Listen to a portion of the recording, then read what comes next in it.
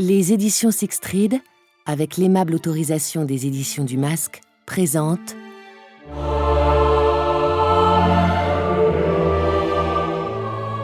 Les ombres de Katyn, de Philippe Kerr, interprété par Éric Herson-Macarel.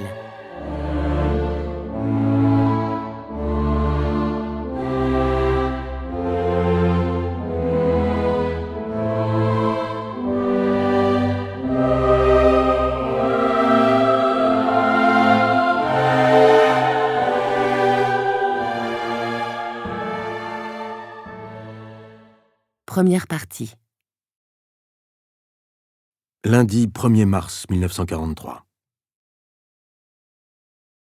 À l'extrémité de la table, Franz Meyer se leva, baissa les yeux, tripota la nappe et attendit que nous nous taisions.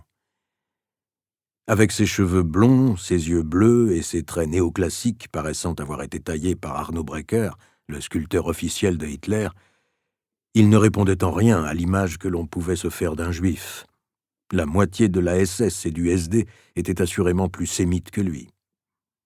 Meyer inspira profondément, presque avec euphorie, arbora un grand sourire exprimant à la fois soulagement et joie de vivre, et leva son verre à chacune des 4 femmes assises autour de la table. Aucune n'était juive, et pourtant, d'après les critères raciaux chers au ministère de la Propagande, elles auraient pu. Toutes les 4 étaient allemandes, avec un nez fort, des yeux sombres et des cheveux encore plus sombres. Pendant un moment, Meyer sembla submergé par l'émotion. Lorsqu'il réussit enfin à parler, il avait les larmes aux yeux. « Je tiens à remercier ma femme et ses sœurs pour les efforts qu'elles ont déployés à mon égard, déclara-t-il. Ce que vous avez fait demandait un grand courage, et je ne peux vous dire tout ce que cela signifiait pour ceux d'entre nous qui étaient enfermés dans le centre d'aide sociale juif, que de savoir que tant de gens à l'extérieur se faisaient suffisamment de soucis pour venir manifester en notre faveur. Je n'en reviens toujours pas qu'il ne nous ait pas arrêtés, dit Siv, l'épouse de Meyer. Ils ont tellement l'habitude qu'on leur obéisse au doigt et à l'œil, suggéra Clara, sa belle-sœur, qu'ils ne savent pas quoi faire. Nous retournerons demain à la Rosenstrasse, affirma Siv. Nous n'arrêterons que lorsqu'on aura relâché tous ceux qui y sont détenus, les 2000 au complet. Nous avons montré ce qu'il est possible de faire quand l'opinion publique se mobilise, nous devons maintenir la pression. Oui, dit Meyer, et nous le ferons. Nous le ferons. Mais pour l'instant, j'aimerais proposer un toast à notre nouvel ami, Bernie Gunther. Sans lui et ses collègues du Bureau des crimes de guerre, je serais probablement encore emprisonné au centre d'aide sociale juif. Et ensuite, qui sait? Il sourit. À Bernie. Nous étions 6, dans la petite salle à manger confortable de l'appartement des Meyer, dans la Lützowerstrasse. Alors que les 4 femmes se levaient et me portaient un toast en silence, je secouais la tête. Je n'étais pas persuadé d'avoir mérité les remerciements de Franz Meyer. Du reste, le vin que nous buvions était un excellent rouge allemand, un Spätburgunder datant de bien avant la guerre, que sa femme et lui auraient mieux fait de troquer contre de la nourriture au lieu de le gaspiller pour moi. Trouver du vin à Berlin était devenu pratiquement impossible, a fortiori une bonne bouteille de rouge allemand. Poliment, j'attendis qu'ils aient bu à ma santé avant de me lever pour contredire mon hôte. Je ne suis pas sûr de pouvoir me vanter d'avoir eu beaucoup d'influence sur la SS, expliquai-je. J'ai parlé à 2 flics de ma connaissance qui surveillaient votre manifestation, lesquels m'ont dit que, d'après le bruit qui courait, la plupart des prisonniers arrêtés samedi dans le cadre de l'opération menée à l'usine seraient probablement relâchés dans quelques jours. « C'est incroyable !» s'exclama Clara. « Qu'est-ce que ça signifie, Bernie ? Est-ce que vous pensez que les autorités sont en train de mettre la pédale douce concernant les déportations ?»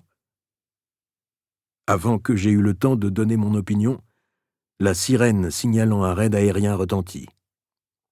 Nous échangeâmes des regards, perplexes. Cela faisait près de 2 ans que la Royal Air Force n'avait pas effectué de bombardement.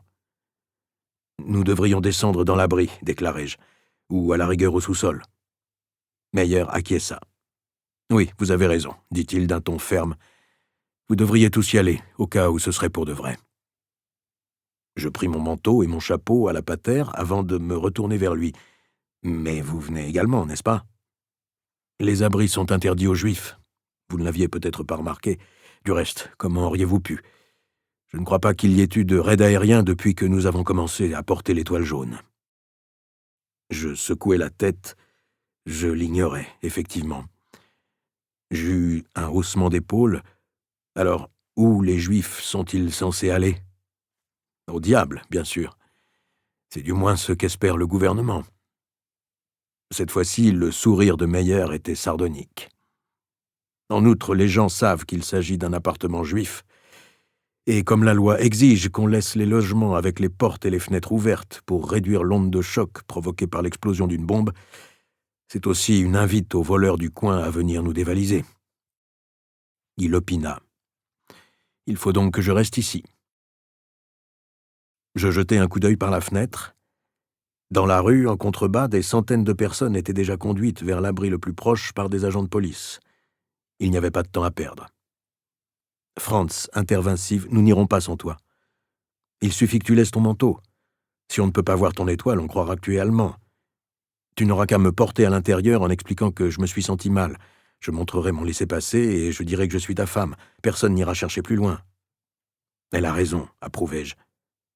Et si on m'arrête, que se passera-t-il ? On vient à peine de me relâcher. » Meyer secoua la tête et se mit à rire. « De plus, c'est sans doute une fausse alerte.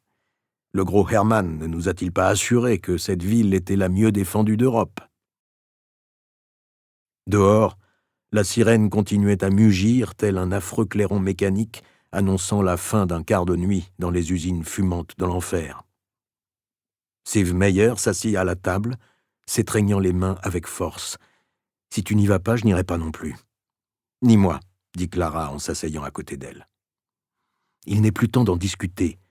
Vous devriez y aller tous. »« Il a raison, » dis-je avec davantage d'insistance, alors qu'on entendait déjà le bourdonnement des bombardiers au loin. Manifestement, ce n'était pas une fausse alerte. J'ouvris la porte et fis signe aux 4 femmes de me suivre. « Venez. »« Non, » rétorqua Siv, « nous restons. » Les 2 autres sœurs se regardèrent, puis s'assirent près de leur beau-frère juif. De sorte que je me retrouvai planté là, un manteau à la main et une expression de nervosité sur le visage. Après tout, j'avais vu ce que nos bombardiers avaient fait à Minsk et dans certaines parties de la France. J'enfilai le manteau et enfonçai mes mains dans mes poches pour dissimuler le fait qu'elles tremblaient. « Je ne pense pas qu'ils viennent lâcher des tracts, dis-je. Pas cette fois-ci. »« Certes, mais ce n'est sûrement pas après des civils comme nous qu'ils en ont, » fit remarquer Siv. « Il s'agit du quartier des ministères. Ils doivent savoir qu'il y a un hôpital près d'ici. La RAF ne prendrait pas le risque de toucher l'hôpital catholique, n'est-ce pas ? Les Anglais ne sont pas comme ça. C'est la Wilhelmstrasse qu'ils visent. » Comment le saurait-il ? À 600 mètres d'altitude, m'entendis-je répondre à voix basse. « Elle a raison, dit Meyer. Ce n'est pas l'ouest de Berlin qu'ils prennent pour cible, mais l'est. Ce qui signifie qu'il vaut probablement mieux qu'aucun de nous ne soit dans la Rosenstrasse ce soir. » Il me sourit. « Vous devriez partir, Bernie. Tout ira bien, vous verrez. »« Je suppose, dis-je. » Puis, décidant d'ignorer comme les autres la sirène du raid aérien, je me mis à enlever mon manteau. « Tout de même, je peux difficilement vous laisser là. »« Pourquoi pas ? » demanda Clara. Je haussai les épaules. En fait, le problème pouvait se résumer de la façon suivante. Il m'était difficile de m'éclipser sans perdre mon prestige face aux jolis yeux marrons de Clara. Et j'étais très désireux de lui faire bonne impression. Mais je n'osais pas le lui dire. Pas encore. Pendant un moment, je sentis ma poitrine se serrer, tandis que je continuais à garder mon sang-froid. Puis j'entendis des bombes éclater au loin, et je poussai un soupir de soulagement. Dans les tranchées, pendant la Grande Guerre, si vous pouviez entendre les obus exploser ailleurs, cela signifiait habituellement que vous étiez hors de danger, dans la mesure où, de la vie générale, vous n'entendiez pas celui qui vous tuait. « On dirait que c'est le nord de Berlin qui déguste, fis-je remarquer, m'appuyant au chambranle de la porte.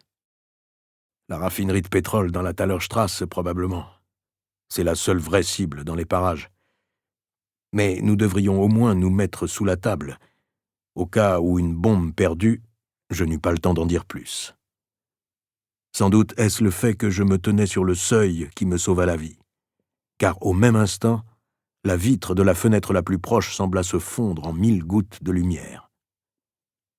Certains de ces vieux immeubles d'habitation berlinois étaient faits pour durer, et j'appris par la suite que la bombe qui fit sauter celui dans lequel nous nous trouvions, sans parler de l'hôpital de la Lützowerstrasse, et le rasa en une fraction de seconde, m'aurait certainement réduit en miettes si le linteau au-dessus de ma tête et la robuste porte en chêne accrochée à l'intérieur n'avaient pas résisté au poids de la poutrelle métallique de la toiture. Parce que c'est ce qui tua Siv Meyer et ses 3 sœurs. Ensuite, ce fut l'obscurité et le silence, mis à part le bruit d'une bouilloire sifflant sur une plaque à gaz tandis qu'elle arrivait lentement à ébullition, encore que c'était sans doute le fruit de mes tympans malmenés. On aurait dit que quelqu'un avait éteint la lumière électrique puis arraché le plancher sur lequel je me tenais, moyennant quoi l'impression produite par la disparition du monde sous mes pieds devait ressembler à celle d'être pendu à une potence, une cagoule sur la tête. Je ne sais pas. La seule chose que je me rappelle, à vrai dire, c'est que j'étais allongé sur un tas de gravats lorsque je repris conscience, et qu'il y avait une porte sur ma figure, laquelle, comme j'en fus convaincu pendant quelques minutes, jusqu'à ce que j'ai repris suffisamment haleine pour appeler à l'aide en gémissant, était le couvercle de mon propre fichu cercueil.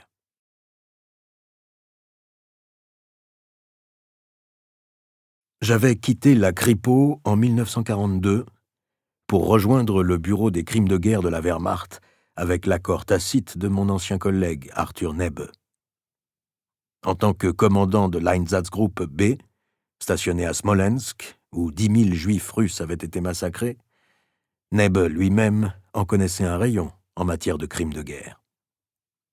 Cela satisfaisait probablement son goût de berlinois pour l'humour noir, qu'on m'ait affecté à un organisme réunissant de vieux juges prussiens résolument anti-nazis pour la plupart. Adeptes des idéaux militaires tels que définis par la Convention de Genève de 1929, ils estimaient qu'il y avait une façon correcte et honorable pour une armée, n'importe quelle armée, de faire la guerre. Nebbe avait dû trouver très drôle l'existence au sein du haut commandement allemand d'une instance judiciaire qui non seulement renâclait à admettre des membres du parti dans ses rangs distingués, mais était également toute prête à consacrer ses ressources considérables à ouvrir des enquêtes et à intenter des poursuites concernant les crimes commis par et contre des soldats allemands. Vols, pillages, viols et meurtres pouvaient faire l'objet d'investigations longues et sérieuses, se soldant parfois par la condamnation à la peine de mort de leur auteur. Je trouvais ça assez cocasse, moi aussi, mais il faut dire que je suis originaire de Berlin, tout comme Nebbe, et que nous sommes connus pour avoir un curieux sens de l'humour. Néanmoins, à l'hiver 1943, on s'amusait comme on pouvait, et je ne vois pas comment qualifier autrement une situation où l'on pouvait pendre un caporal pour le viol et le meurtre d'une jeune paysanne russe dans un village situé à seulement quelques kilomètres d'un autre village où un groupe d'action spéciale SS venait d'assassiner 25 000 hommes, femmes et enfants. Je suppose que les Grecs avaient un terme pour ce genre de comédie. Et si j'avais prêté un peu plus d'attention à mes professeurs de lettres classiques, j'aurais probablement su lequel. Les juges, c'étaient presque tous des juges, travaillant pour le bureau, n'étaient pas plus hypocrites que nazis. Ils ne voyaient pas pourquoi ils auraient dû abandonner leur valeur morale sous prétexte que le gouvernement de l'Allemagne n'en avait plus aucune.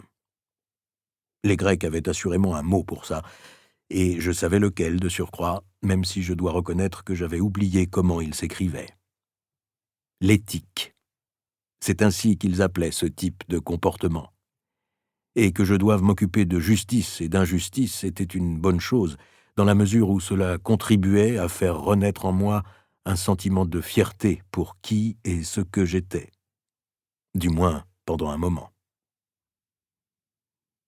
D'ordinaire, je secondais les juges du bureau, dont plusieurs que j'avais connus sous la République de Weimar, en prenant les dépositions des témoins ou en dénichant de nouvelles affaires sur lesquelles enquêter, ce qui m'avait permis de faire la connaissance de Siv Meyer.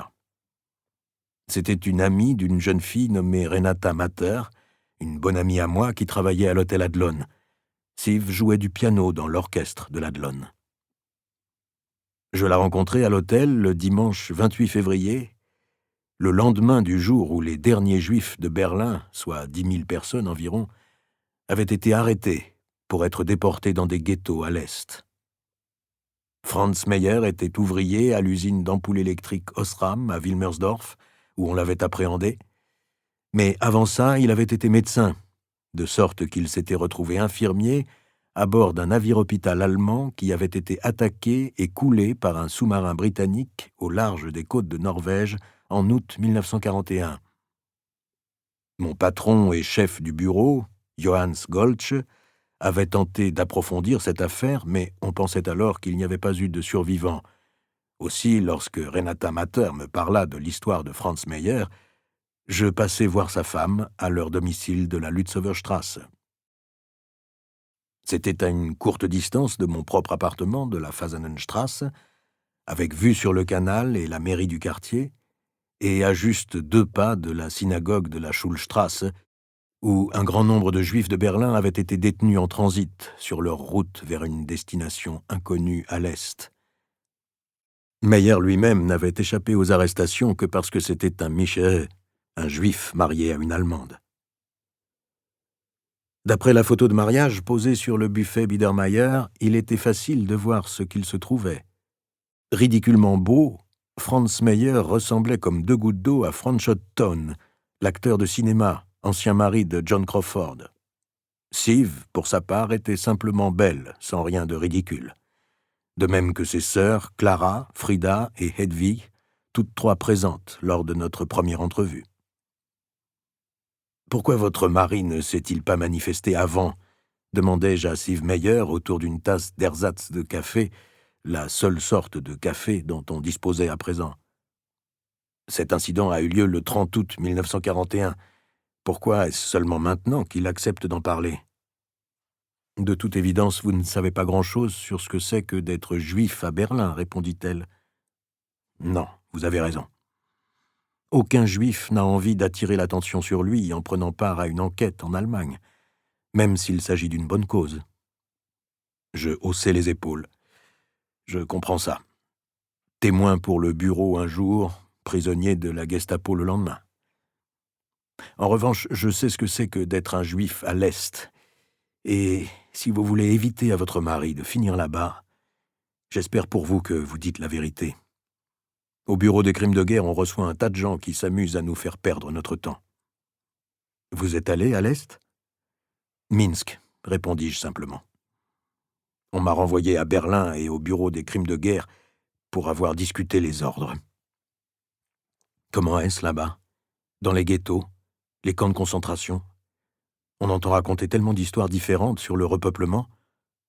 Je haussai les épaules. Je ne pense pas que ces histoires donnent ne serait-ce qu'une idée de l'horreur de ce qui se passe dans les ghettos de l'Est.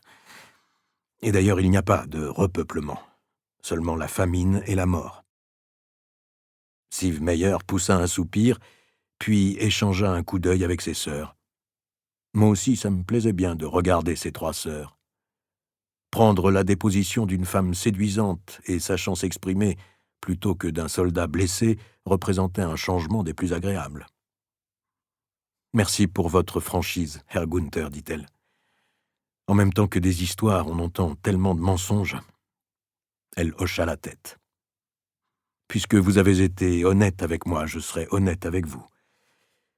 La principale raison pour laquelle mon mari n'a pas parlé jusqu'ici du naufrage du SS Roswitha von Gandersheim, c'est qu'il ne tenait pas à faire au docteur Goebbels un cadeau qui puisse servir sa propagande anti-britannique.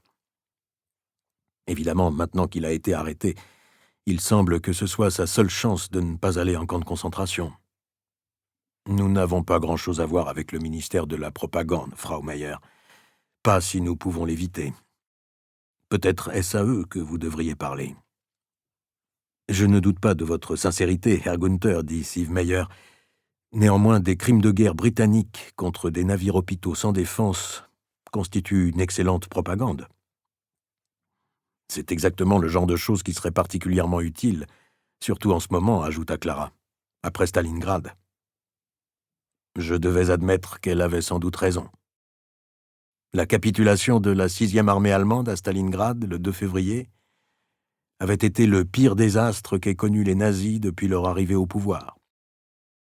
Et le discours de Goebbels, le 18, exhortant le peuple allemand à mener une guerre totale, avait certainement besoin d'incidents tels que le torpillage d'un navire-hôpital pour montrer qu'il n'y avait pas de marche arrière possible pour nous, que c'était la victoire ou rien.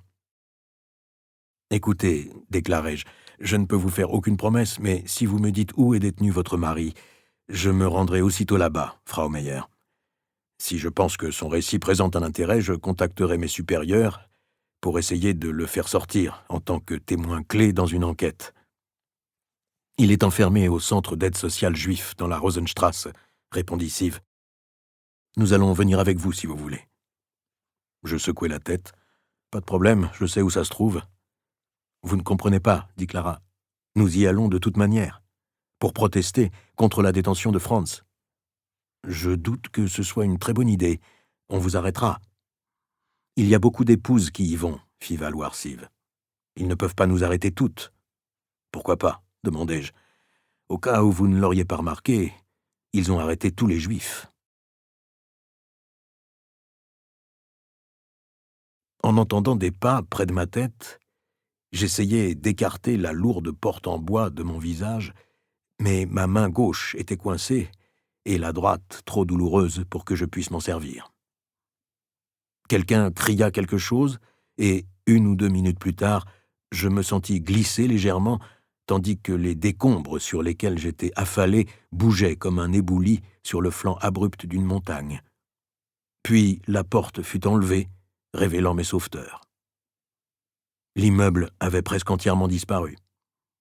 Et tout ce qui restait, dans le clair de lune blafard, c'était une grande cheminée contenant une série ascendante de tuyaux d'évacuation. Des mains m'installèrent sur une civière et je fus extrait de l'amoncellement de tas de briques et de béton fumant, de conduites d'eau percées et de morceaux de bois, pour être déposé au milieu de la rue, où j'avais une vue superbe sur un immeuble en train de brûler au loin, ainsi que sur les faisceaux des projecteurs de la défense de Berlin, tandis qu'ils continuaient à fouiller le ciel à la recherche d'avions ennemis. Tout à coup, la sirène sonna la fin de l'alerte, et j'entendis les pas des gens quittant déjà les abris pour chercher ce qui restait de leurs habitations. Je me demandais si mon propre logement de la Fasanenstrasse était intact. Non qu'il y eût grand-chose à l'intérieur, presque tout ce qui avait de la valeur avait été vendu ou échangé au marché noir. Petit à petit, je me mis à mouvoir ma tête dans un sens, puis dans l'autre, jusqu'à ce que j'arrive à me soulever sur un coude pour regarder autour de moi. Mais j'avais du mal à respirer. Ma poitrine était encore pleine de poussière et de fumée, et l'effort déclencha une quinte de toux qui ne se calma que lorsqu'un homme, que je reconnus à moitié, m'aida à boire un verre d'eau et étendit une couverture sur moi. Peu après, il y eut un grand cri, et la cheminée s'abattit sur l'endroit où j'étais resté étendu. La poussière dégagée par l'effondrement me recouvrit. Aussi, on me déplaça un peu plus bas dans la rue, et on me mit avec plusieurs autres qui attendaient des soins médicaux. Clara était maintenant couchée à côté de moi, à moins d'une longueur de bras. Sa robe était à peine déchirée, ses yeux ouverts et son corps sans aucune marque. Je l'appelai par son nom à plusieurs reprises avant de finir par me rendre compte qu'elle était morte.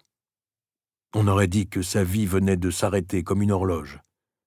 Et il semblait inimaginable qu'une si grande partie de son avenir, elle ne devait pas avoir plus d'une 30aine d'années, se soit volatilisée en l'espace de quelques secondes. Plusieurs cadavres étaient disposés dans la rue à côté d'elle. Je ne pouvais pas voir combien. Je m'assis, cherchant Franz Meyer et les autres, mais l'effort fut trop grand. Je retombai en arrière, fermai les yeux, et perdis connaissance, je présume.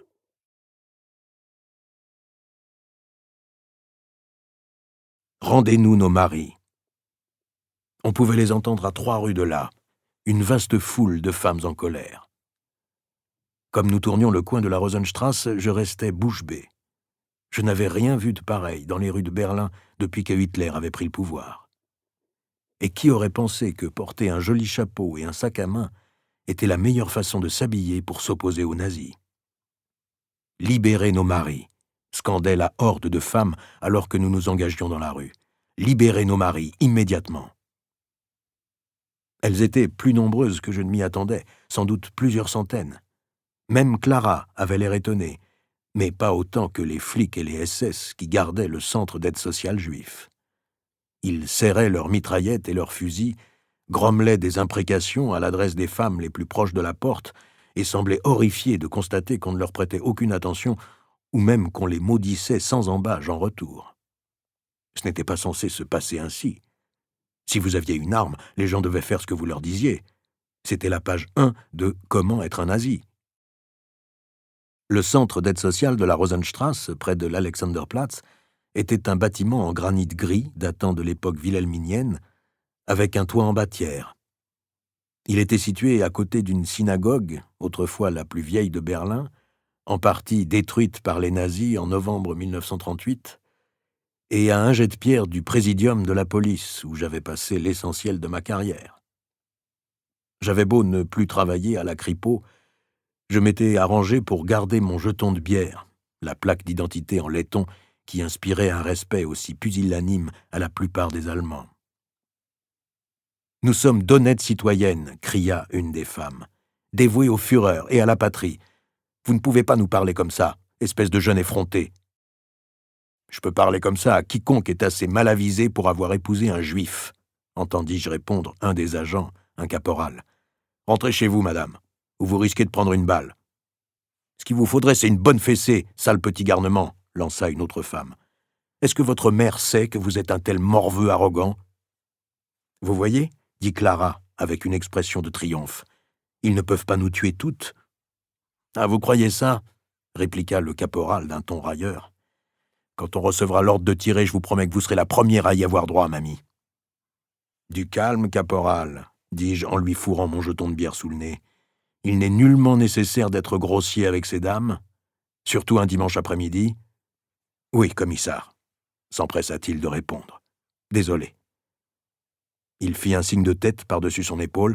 « Vous allez à l'intérieur ?»« En effet. » Je me tournai vers Clara et Siv. J'essaierai d'être aussi rapide que possible. Dans ce cas, si vous étiez assez aimable, il nous faudrait des ordres. Personne ne nous a dit quoi faire, seulement de rester ici et d'empêcher les gens d'entrer. Vous pourriez peut-être en toucher un mot, commissaire. Je haussai les épaules. Bien sûr, caporal. Mais d'après ce que je peux voir, vous faites déjà un excellent boulot. Vous croyez? Vous maintenez la paix, n'est-ce pas? Oui, commissaire. Vous ne pouvez pas maintenir la paix si vous vous mettez à tirer sur toutes ces femmes, pas vrai? Je lui souris, puis lui donnai une tape sur l'épaule. D'après mon expérience, caporal, le meilleur travail de police est celui qui n'a l'air de rien et qui est toujours vite oublié. Je n'étais pas préparé à la scène qui m'attendait à l'intérieur, où l'odeur était déjà insupportable. Un centre d'aide sociale n'est pas destiné à servir de camp de transit pour 2000 prisonniers. Des hommes et des femmes, une étiquette d'identité attachée à une ficelle autour du cou, tels des enfants en voyage, faisaient la queue pour utiliser un WC sans porte, tandis que d'autres s'entassaient à 50 ou 60 dans des locaux où il était impossible de s'asseoir. Des colis alimentaires, la plupart apportés par les femmes au dehors, remplissaient une pièce où on les avait jetés, mais personne ne se plaignait. Le calme régnait. Au bout de près de 10 ans de régime nazi, les Juifs étaient trop avisés pour se plaindre. Seul le sergent de police chargé de ces gens semblait enclin à se lamenter. Tandis qu'il cherchait une fiche au nom de Franz Meyer, puis qu'il m'emmenait au bureau du second étage où ce dernier était détenu, il se mit à dérouler le fil barbelé de ses aigres récriminations. Je ne sais pas ce que je dois faire avec tous ces individus. Personne ne m'a rien dit. Combien de temps ils vont rester ici? Comment les installer plus confortablement? Quoi raconter à ces maudites bonnes femmes qui réclament des réponses? C'est pas une sinécure, je peux vous le dire. Tout ce dont je dispose, c'est de ce qui se trouvait dans cet immeuble de bureau lorsqu'on est arrivé hier. Ça faisait pas 1 heure qu'on était là qu'il n'y avait plus de papier toilette. Et Dieu seul sait comment je vais pouvoir les nourrir. Tout est fermé le dimanche. Pourquoi ne pas ouvrir ces colis de nourriture et les leur donner, demandai-je. Le sergent me regarda, incrédule. « Je ne peux pas faire une chose pareille, répondit-il. Ce sont des colis privés.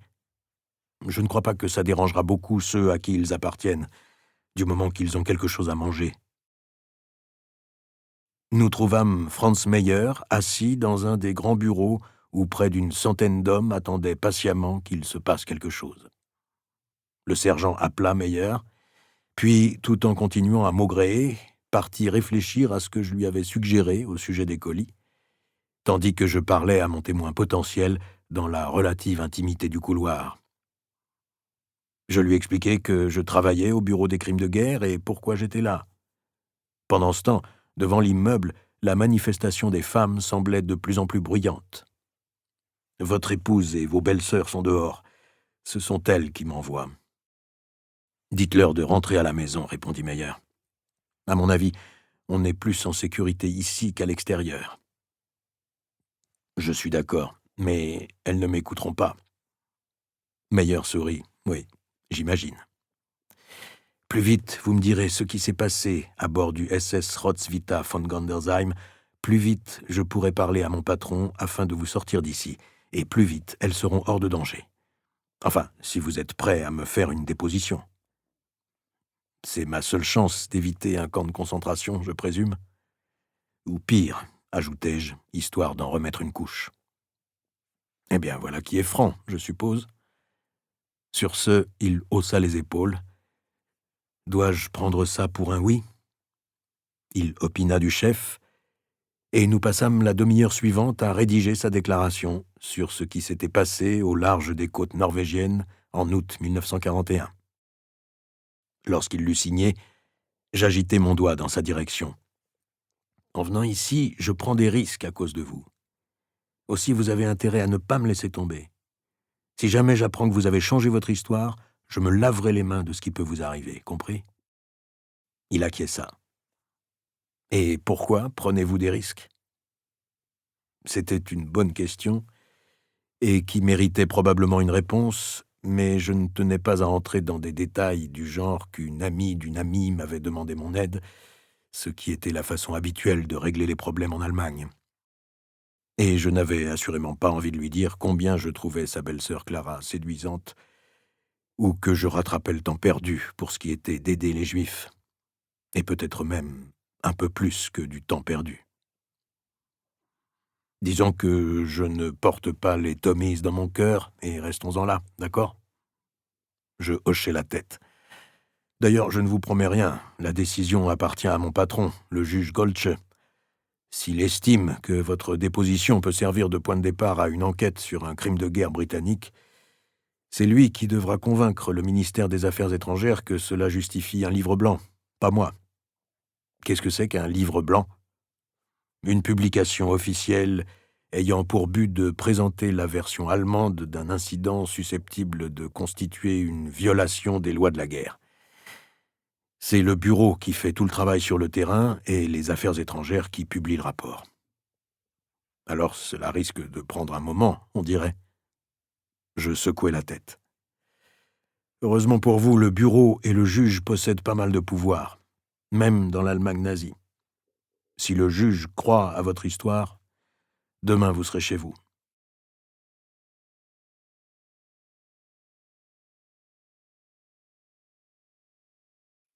Mercredi 3 mars 1943.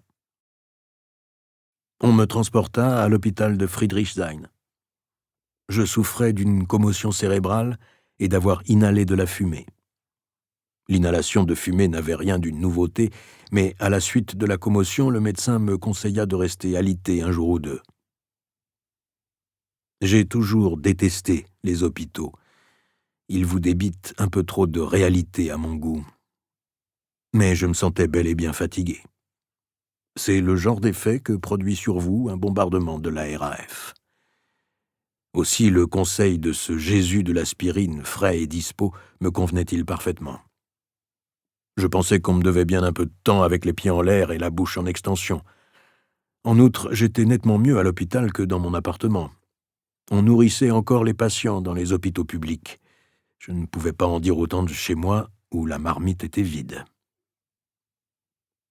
De ma fenêtre, j'avais une jolie vue du cimetière Saint-Georg, mais ça ne me dérangeait pas. L'hôpital fait face à la Böhmisches Brauhaus, de l'autre côté de la Landsberger Allee, ce qui signifie que de forts effluves de houblon flottent toujours dans l'air. Je ne connais pas de meilleur remède pour accélérer le rétablissement d'un Berlinois que l'odeur de la bière allemande. Non qu'on en vit beaucoup dans les bars de la ville, la plus grande partie de la bière brassée à Berlin allait directement à nos braves petits gars sur le front russe, mais je pouvais difficilement leur en vouloir. Après Stalingrad, ils avaient besoin d'un goût de chez soi pour se redonner du courage. À l'hiver 1943, il n'y avait pas grand-chose d'autre pour redonner du courage à un homme. Dans tous les cas, j'étais beaucoup mieux loti que Siv Meyer et ses sœurs, mortes toutes les 4. Les seuls à avoir survécu à cette soirée étaient moi et Franz, qui se trouvaient à l'hôpital juif. Ou, à part ça, le plus surprenant, c'était qu'il existât un hôpital juif, pour commencer. Je n'étais pas sans visite. Renata Matter vint me voir. C'est Renata qui me dit que mon propre appartement était intact et qui m'a pris la nouvelle pour les sœurs Meyer. Elle était plutôt bouleversée et, étant catholique, elle avait passé la matinée à prier pour leur âme. Elle semblait non moins secouée par la nouvelle qu'on avait mis en prison le prêtre de Sainte-Edwige, Bernhard Lichtenberg, et qu'il serait probablement envoyé à Dachau, où, d'après elle, se trouvaient déjà incarcérés plus de 2000 prêtres. 2000 prêtres à Dachau, une pensée plutôt affligeante. C'est le problème avec les visiteurs des hôpitaux. Parfois, vous préféreriez qu'ils n'aient pas pris la peine de venir et d'essayer de vous remonter le moral. C'est à coup sûr ce que j'éprouvais à l'égard de mon autre visiteur. Un commissaire de la Gestapo appelé Werner Zars. J'avais connu Zars à la Lex, et en vérité ce n'était pas un mauvais bougre pour un officier de la Gestapo, mais je savais qu'il n'était pas là pour m'offrir un Stollen et un mot d'encouragement. Les cheveux aussi ordonnés que les lignes d'un carnet de menuisier, il portait un manteau en cuir noir qui craquait comme de la neige sous vos pieds dès qu'il faisait un mouvement, ainsi qu'un chapeau noir et une cravate noire qui me mettaient mal à l'aise. « Je prendrai les poignées en cuivre et la doublure en satin, s'il te plaît, dis-je. Et un cercueil ouvert, je pense. » Zars eut l'air perplexe. « Je suppose que ton grade ne va pas jusqu'à l'humour noir. Seulement les manteaux et les cravates noires. » Tu serais surpris. Il haussa les épaules. Nous avons, nous aussi, nos blagues à la Gestapo. Je n'en doute pas. Sauf qu'on appelle ça des preuves pour le tribunal du peuple de Moabit. Je t'aime bien, Gunther. Aussi, tu ne m'en voudras pas si je te mets en garde contre de telles plaisanteries. Surtout après Stalingrad. Ces jours-ci, ça s'appelle saper la puissance défensive. Et on vous coupe la tête pour ça. L'année dernière, on a décapité 3 personnes par jour, rien que pour avoir balancé des vannes de ce genre. Tu n'as pas entendu? Je suis malade. J'ai une commotion cérébrale. Je peux à peine respirer. Je ne suis pas moi-même. Si on me coupe la tête, je ne m'en apercevrai probablement pas, de toute façon. C'est mon alibi en cas de comparution devant un tribunal. Bon, quel est ton échelon, Werner? A3, pourquoi cette question? Je me demandais quelle raison inciterait un homme gagnant 600 marks par semaine à faire tout ce chemin pour me mettre en garde contre le risque de saper notre puissance défensive, à supposer qu'une telle chose existe vraiment après Stalingrad. C'était juste un avertissement amical, en passant, mais ce n'est pas pour ça que je suis ici, Gunther. Je ne peux pas m'imaginer que tu sois venu avouer un crime de guerre, Werner. Du moins pas encore. Ça te plairait, hein? Je me demande jusqu'où nous pourrions aller avec ça, avant qu'il nous coupe la tête à tous les deux. Parle-moi de Franz Meyer. Il est malade également. Oui, je sais, je viens de l'hôpital juif. Comment va-t-il? Zars secoua la tête. Il se débrouille très bien. Il est dans le coma. Tu vois, j'avais raison. Ton échelon ne s'étend pas jusqu'à l'humour. De nos jours, il faut être au moins un criminal rat avant d'être autorisé à faire des plaisanteries réellement drôles. Les meilleurs étaient sous surveillance, tu le savais? Non. Je ne suis pas resté là assez longtemps pour m'en apercevoir. Pas avec Clara dans les parages. C'était une vraie beauté. Oui, c'est regrettable en ce qui la concerne, je suis d'accord. Tu t'es rendu 2 fois dans leur appartement. Le dimanche, puis le lundi soir. Exact. Dis donc, je suppose que les mouchards qui épiaient les meilleurs n'ont pas été tués également? Non, ils sont toujours en vie. Dommage. Mais qui te dit qu'il s'agissait de mouchards? Ce n'était pas une opération d'infiltration. Je pense que les meilleurs se savaient surveiller, même si tu étais trop bête pour t'en rendre compte. Il alluma 2 cigarettes et m'en mit une dans la bouche. Merci, Werner. Écoute, espèce d'affreux crétin, il vaudrait mieux que tu saches que c'est moi et quelques autres types de la Gestapo qui t'ont découvert et sorti de ce tas de décombres avant que la cheminée dégringole. C'est la Gestapo qui t'a sauvé la vie, Gunther. Alors, comme tu vois, nous devons avoir un certain sens de l'humour. Le plus raisonnable aurait probablement été de te laisser te faire écrabouiller. Franchement. Alors merci, je te revaudrai ça. Je me disais bien. Raison pour laquelle je suis venu te poser des questions sur Franz Meyer. Ok, je t'écoute. Prends ta lampe à arc et allume-la. Des réponses honnêtes. Tu me dois bien ça. Je tirai une courte bouffée de ma cigarette, histoire de reprendre mon souffle, puis acquiescer. Ça et cette clope. Elle a réellement goût de tabac. Que faisais-tu dans la Lützower Straße? Et ne me dis pas que tu passais par là. Lorsque Franz Meyer s'est fait ramasser par la Gestapo au cours de la rafle à l'usine, sa bourgeoise a pensé que le bureau des crimes de guerre pourrait peut-être le tirer de ce mauvais pas. C'était le seul témoin ayant survécu au torpillage d'un navire-hôpital par un sous-marin Tommy au large des côtes de Norvège en 1941, le SS Roswitha von Gandersheim.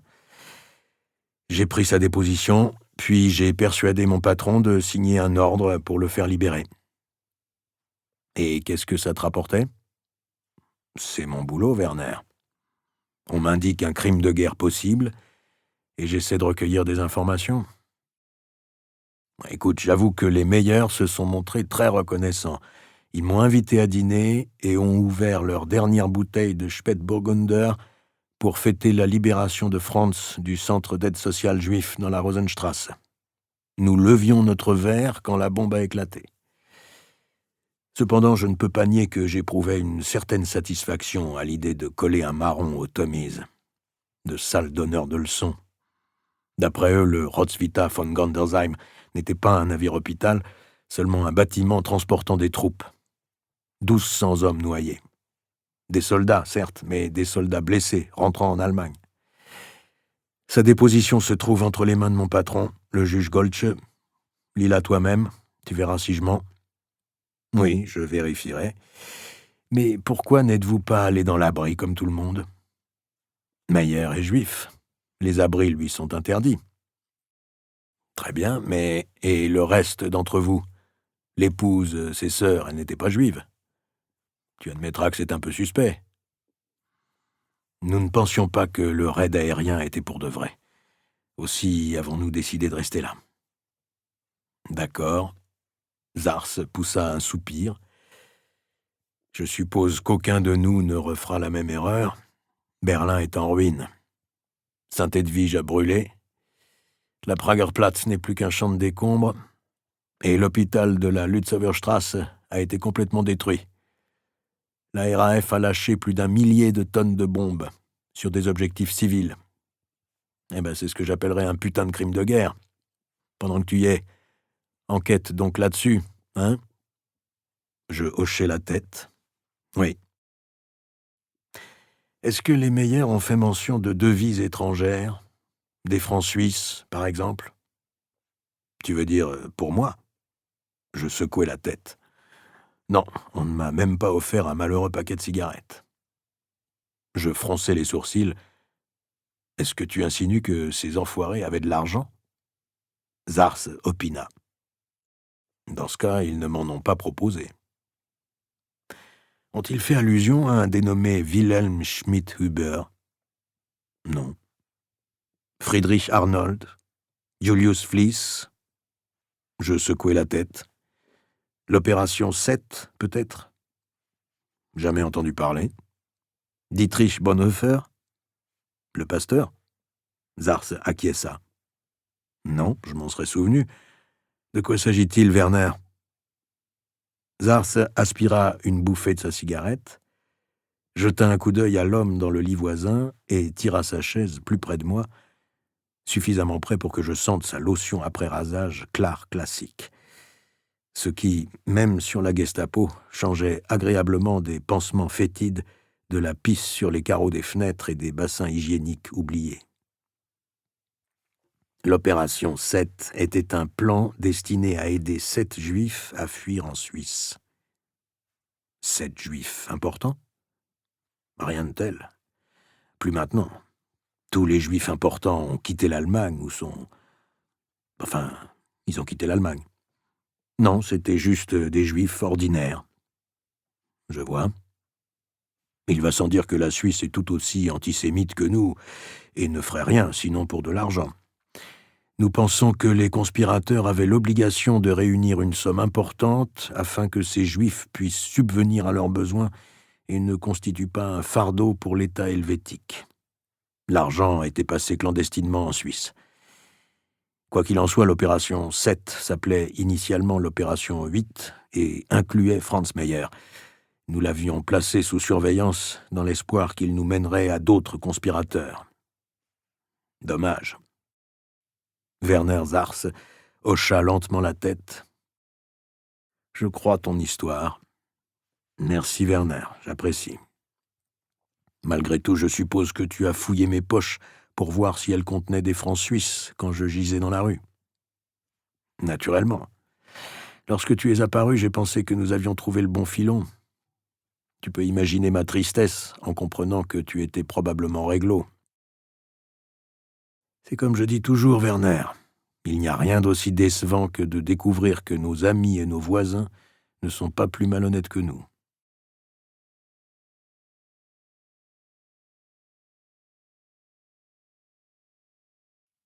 Vendredi 5 mars 1943.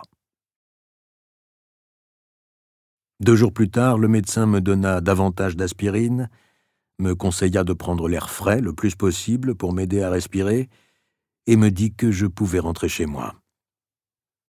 Berlin était renommé à juste titre pour son air, mais il n'était plus aussi frais, pas depuis que les nazis s'étaient emparés du pouvoir. Par coïncidence, le même jour, les autorités déclarèrent aux Juifs encore détenus au centre d'aide sociale qu'ils pouvaient également rentrer chez eux. Je n'en revenais pas lorsque j'appris la nouvelle, et j'imagine que les hommes et les femmes qui furent relâchés en revenaient encore moins. Les autorités allèrent jusqu'à rechercher des Juifs qui avaient déjà été déportés et à les faire revenir à Berlin pour les relâcher comme les autres. Que se passait-il? Qu'y avait-il dans la tête du gouvernement? Était-il vraisemblable qu'à la suite de la cinglante défaite de Stalingrad, les nazis soient en train de lâcher prise? Ou avaient-ils réellement entendu les protestations d'un millier de citoyennes allemandes déterminées? C'était difficile à dire, mais ça paraissait la seule conclusion possible. Sur les 10 000 Juifs arrêtés le 27 février, moins de 2 000 étaient allés à la Rosenstrasse. Certains avaient été enfermés au Clou, la salle de concert de la Mauerstrasse, d'autres dans les écuries d'une caserne de la Rathenowerstrasse, et d'autres encore dans une synagogue de la Levetzow-Strasse, à Moabit. Mais c'est seulement à la Rosenstrasse, où étaient détenus les Juifs mariés à des Allemandes, qu'une manifestation avait eu lieu. et c'est seulement là que des Juifs avaient été relâchés. D'après ce que j'entendis par la suite, tous les Juifs des autres endroits avaient été déportés à l'Est. Mais si la manifestation avait réellement porté ses fruits, cela soulevait la question suivante. Que se serait-il passé si des protestations à grande échelle avaient eu lieu auparavant? Que la première opposition organisée aux nazis en 10 ans ait été couronnée de succès donnait à réfléchir.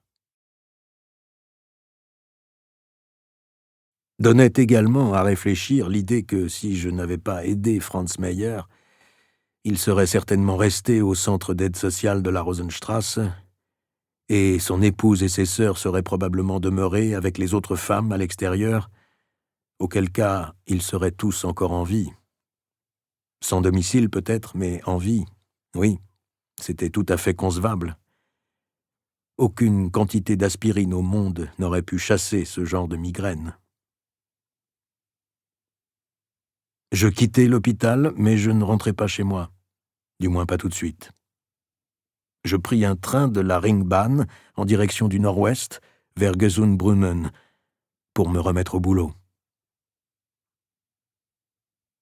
L'hôpital juif de Wedding se composait d'environ 6 ou 7 bâtiments, au coin de la Schulstrasse et de l'Exerzierstrasse, près de l'hôpital St-Georg. Non moins surprenant que l'existence même à Berlin d'une chose telle qu'un hôpital juif, était le constat qu'il s'agissait d'un établissement moderne, relativement bien équipé et rempli de médecins, d'infirmières et de patients. Comme tous étaient juifs, il était gardé par un petit détachement de SS. J'avais à peine décliné mon identité à la réception que je m'aperçus que l'hôpital avait aussi sa propre section de la Gestapo, dont un des officiers fut appelé en même temps que le directeur de l'hôpital, le docteur Walter Lustig.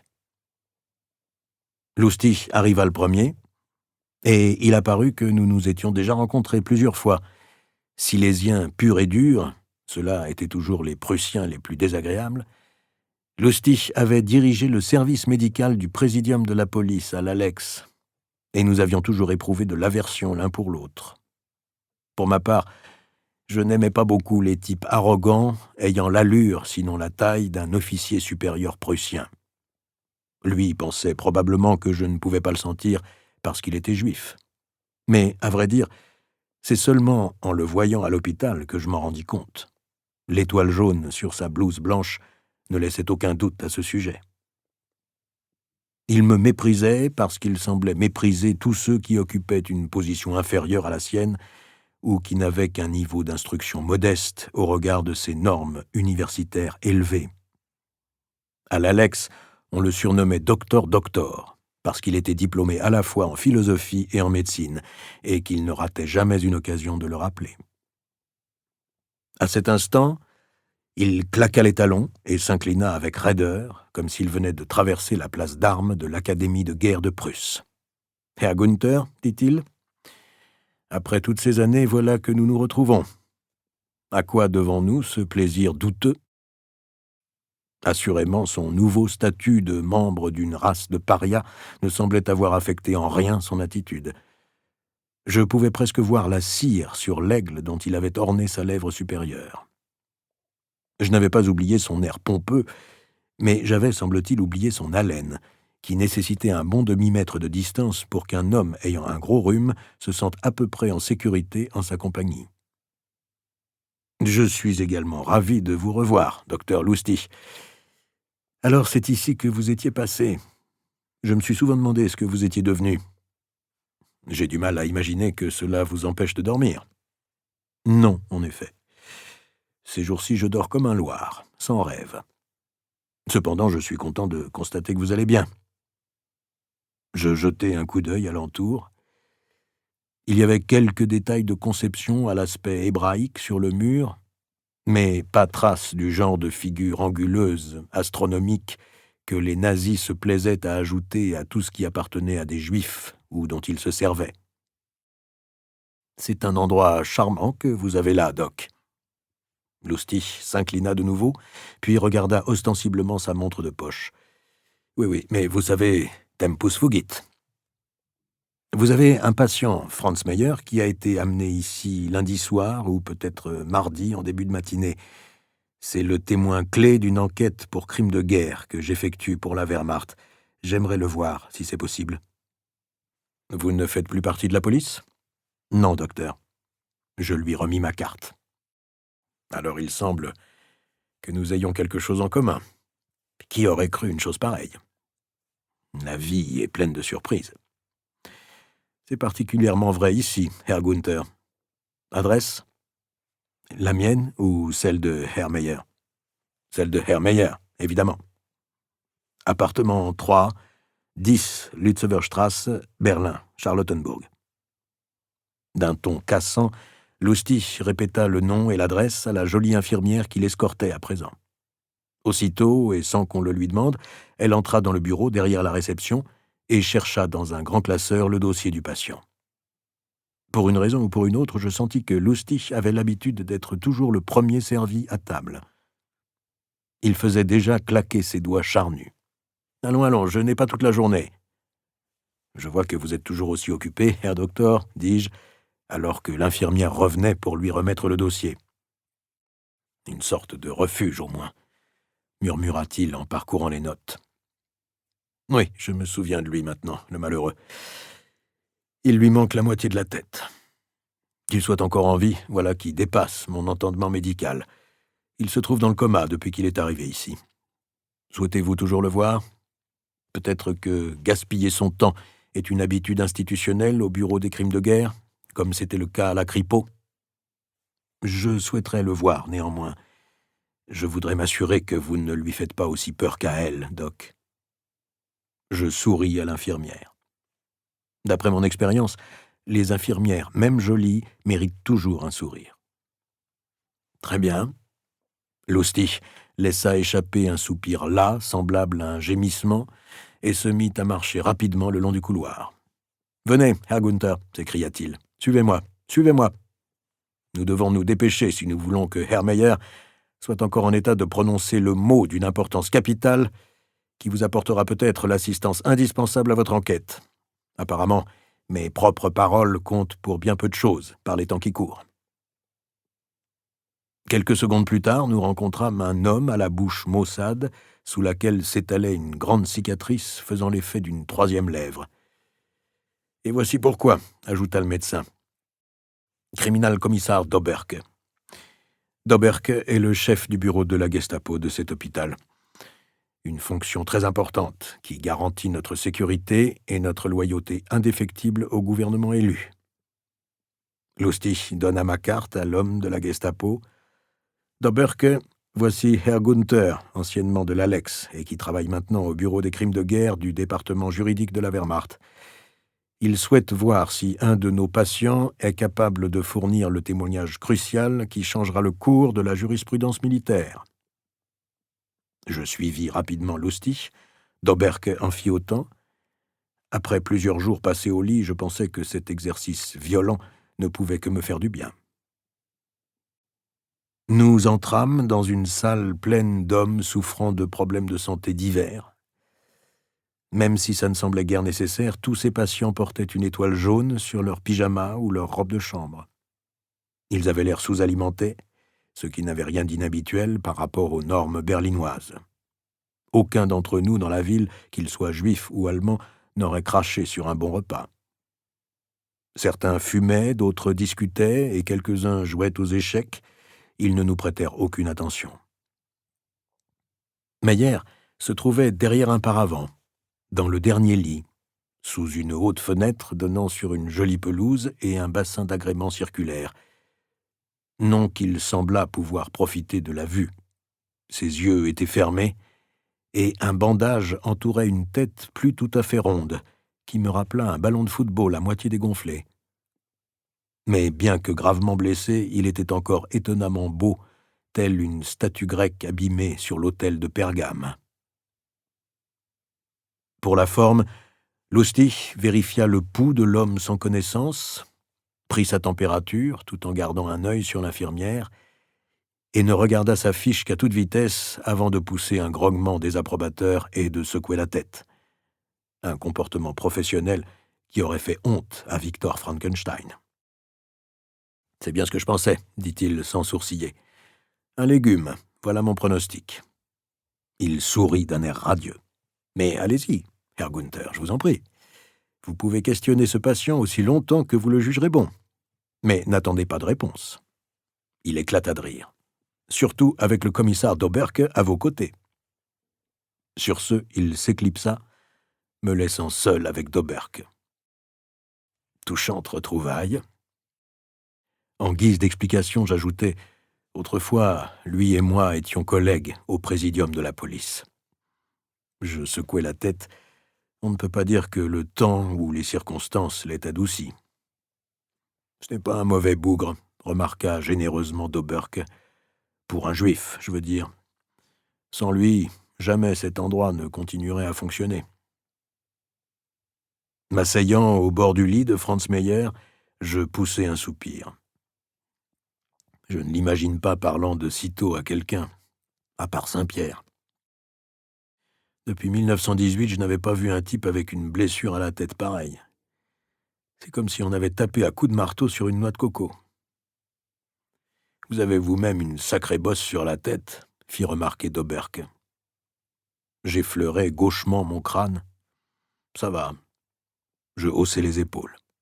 « Et pourquoi est-ce qu'il continue à fonctionner, cet hôpital ? » « C'est un dépotoir pour marginaux, » répondit-il. « Un camp de rassemblement. Voyez-vous, les Juifs ici constituent le fond du panier. Des orphelins aux origines incertaines, des collaborateurs, quelques chouchous jouissant de la protection de tel ou tel gros bonnet, plusieurs tentatives de suicide. » Doberke remarqua l'expression de surprise sur mon visage. « Oui, des suicides. Ma foi, il est difficile de forcer un homme à moitié mort à monter dans un train de déportation et à en descendre, n'est-ce pas ? Ça crée plus de problèmes que ça n'en vaut la peine. On envoie donc ces youpins ici, on les soigne, on les remet d'aplomb, et ensuite, quand ils sont de nouveau sur pied, on les fourre dans le premier train pour l'Est. C'est ce qui arrivera à ce pauvre type, si jamais il revient à lui. Il n'y a donc pas que des malades ici. Mon Dieu, non. » Il alluma une cigarette. « À mon avis, ils ne vont pas tarder à le fermer. On dit que Kaltenbrunner a des vues sur cet hôpital. Ça pourrait être commode, un endroit aussi agréable. Ça ferait de jolis bureaux. » Après la mort de mon ancien patron, Reinhard Heydrich, Ernst Kaltenbrunner était devenu le nouveau chef du RSHA. Que comptait-il faire au juste d'un hôpital juif ? Personne n'en savait rien. Sa propre clinique de désintoxication, peut-être ? Mais je réussis à garder cette pensée pour moi. Le conseil que m'avait donné Werner Zars de surveiller mes paroles venait tout droit de l'état-major. Après Stalingrad, tout le monde, et plus particulièrement les Berlinois comme moi, pour qui l'humour noir représentait une sorte de vocation religieuse, était probablement bien inspiré de rester bouche cousue. Est-ce qu'il l'aura, Kaltenbrunner ? Je n'en ai pas la moindre idée. Comme je préférais regarder n'importe quoi d'autre que la caboche gravement endommagée de Franz Meyer, j'allai à la fenêtre, et c'est alors que je remarquai l'arrangement floral sur sa table de chevet. « Intéressant, » fis-je en regardant à côté du vase la carte non signée. « Quoi ? » ?»« Les jonquilles. Je sors tout juste de l'hôpital et personne ne m'a envoyé de fleurs. Et pourtant ce type a des fleurs fraîches, et qui viennent du magasin de Theodor Hübner, dans la Prinzenstrasse, rien que ça. Et alors ? À Kreuzberg ? Je ne vois toujours pas. Autrefois, fleuriste fournisseur officiel de Sa Majesté. Et aujourd'hui encore, à ma connaissance. Ce qui signifie qu'elles sont chères. Très chères. Je fronçai les sourcils. Ce que je veux dire, c'est que je doute qu'il y ait ici beaucoup de gens qui reçoivent des fleurs de chez Hübner. Ici ou n'importe où ailleurs, du reste. Doberke haussa les épaules. Sa famille a dû les lui faire expédier. Ces Juifs ont encore plein de fric cachés sous leur matelas, c'est bien connu. J'ai été à l'Est, à Riga, Vous auriez vu tout ce que ces salauds planquaient dans leurs sous-vêtements. Or, argent, diamants et le reste. Je souris patiemment, évitant la question évidente, à savoir comment il se faisait que Dobberke en était arrivé à chercher des objets de valeur dans les sous-vêtements d'autrui. La famille de Meyer était allemande, répondis-je. De plus, ils sont tous morts, tués par cette même bombe qui lui a fait une raie au milieu. Non, ces fleurs ont dû être envoyées par quelqu'un d'autre. Quelqu'un d'allemand, quelqu'un ayant les moyens et du goût. Quelqu'un achetant uniquement ce qu'il y a de mieux. « Eh bien, il n'est pas près de nous dire de qui elles viennent, » fit observer Dobberke. « Non, il n'est pas près de dire quoi que ce soit. Là-dessus, au moins, le docteur Lustig a raison. Je pourrais me renseigner si vous pensez que c'est important. Une infirmière sait peut-être qui les a envoyées. »« Non, » répondis-je avec fermeté. « Oubliez ça. C'est une vieille habitude que j'ai, datant de l'époque où j'étais policier. Certains collectionnent les timbres, d'autres les cartes postales ou les autographes. Moi, je collectionne les questions triviales. Pourquoi ci, pourquoi ça? Bien entendu, n'importe quel imbécile peut commencer une collection de ce genre, et il va sans dire que ce sont les réponses aux questions qui ont vraiment de la valeur, vu qu'elles sont beaucoup plus difficiles à trouver. Examinant une fois de plus Franz Meyer, je me dis que j'aurais très bien pu être à sa place dans ce lit, avec la moitié de la tête en moins, et pour la première fois depuis longtemps, je compris que j'avais probablement eu de la chance. Je ne vois pas comment appeler autrement le fait qu'une bombe de la RAF tue 4 personnes, en estropie une 5e et vous laisse avec seulement une bosse sur le crâne. L'idée que je puisse de nouveau avoir de la chance suffit à me faire sourire. Peut-être avais-je franchi une sorte de tournant dans mon existence. C'était ça, et sans doute aussi le succès apparent de la manifestation des femmes dans la Rosenstrasse, ainsi que l'autre bonne fortune que j'avais eue de ne pas faire partie de la 6e armée à Stalingrad. « Qu'est-ce qu'il y a de drôle ?» demanda Dobberke. Je secouai la tête. Je me disais que la chose la plus importante, celle qui compte réellement en définitive, c'est de rester en vie. Est-ce une des réponses? J'acquiesçai. Selon moi, c'est peut-être la plus importante de toutes. Vous ne croyez pas?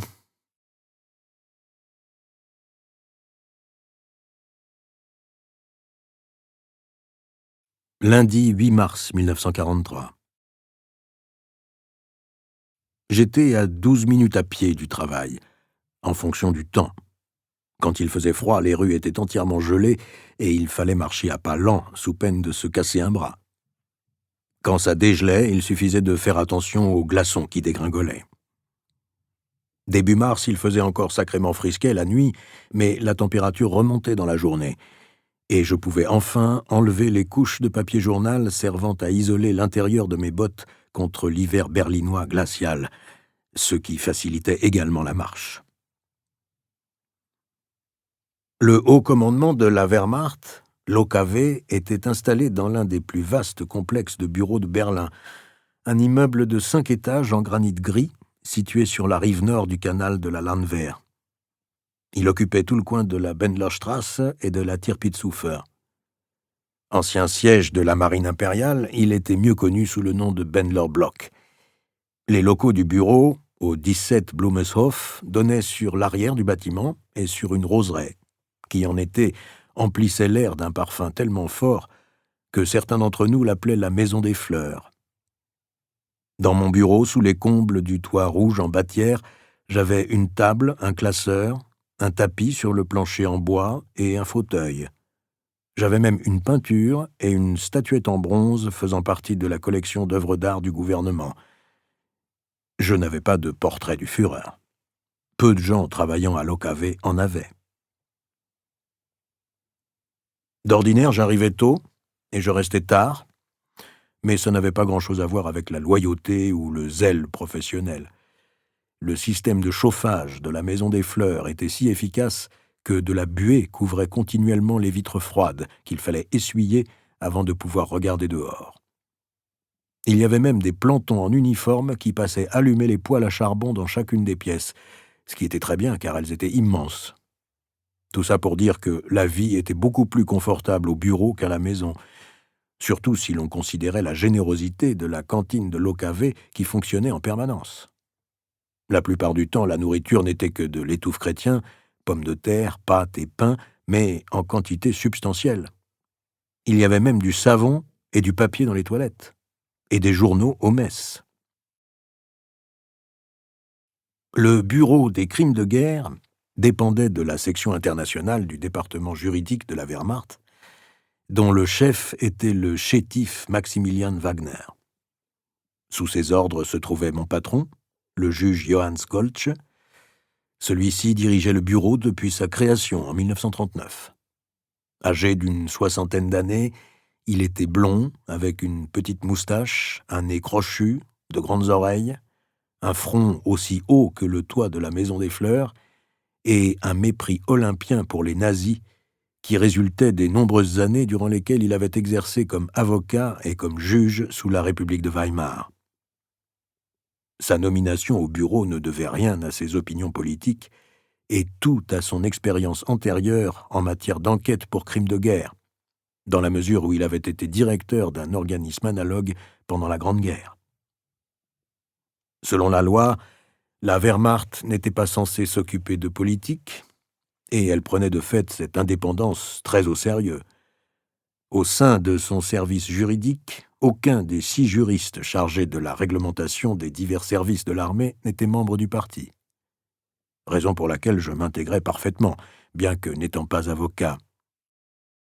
À mon avis, Goltz considérait un inspecteur berlinois comme un objet contondant utile dans un arsenal rempli d'armes plus subtiles, et il m'utilisait fréquemment pour enquêter sur des cas nécessitant des méthodes plus musclées que le simple enregistrement des dépositions. Très peu de juges travaillant pour le bureau étaient capables de traiter la bande de porcs, hypocrites et menteurs qui constituait l'armée allemande moderne, surtout ceux qui avaient eux-mêmes commis des crimes de guerre, avec toute la brutalité qu'ils méritaient parfois. Ce qu'aucun de ces juges invariablement prussiens ne saisissait, c'est qu'il y avait des avantages liés au fait d'être un témoin dans une enquête pour crimes de guerre, le principal étant un congé du service actif. Autant que possible, nous nous efforcions d'interroger les hommes sur le terrain, mais tous les juges n'étaient pas prêts à voyager plusieurs jours d'affilée pour se rendre sur le front russe. Parmi les jeunes juges, dont Karl Hoffmann, qui l'avait fait, 1 ou 2 s'étaient eux-mêmes retrouvés en service actif. Ceux qui avaient tenté l'expérience étaient très inquiets à l'idée de prendre un avion à destination du front, et, pour être franc, moi aussi. Il y a de meilleures façons de passer le temps que d'être secoué comme un pantin à l'intérieur du fuselage gelé d'un U-52 en hiver.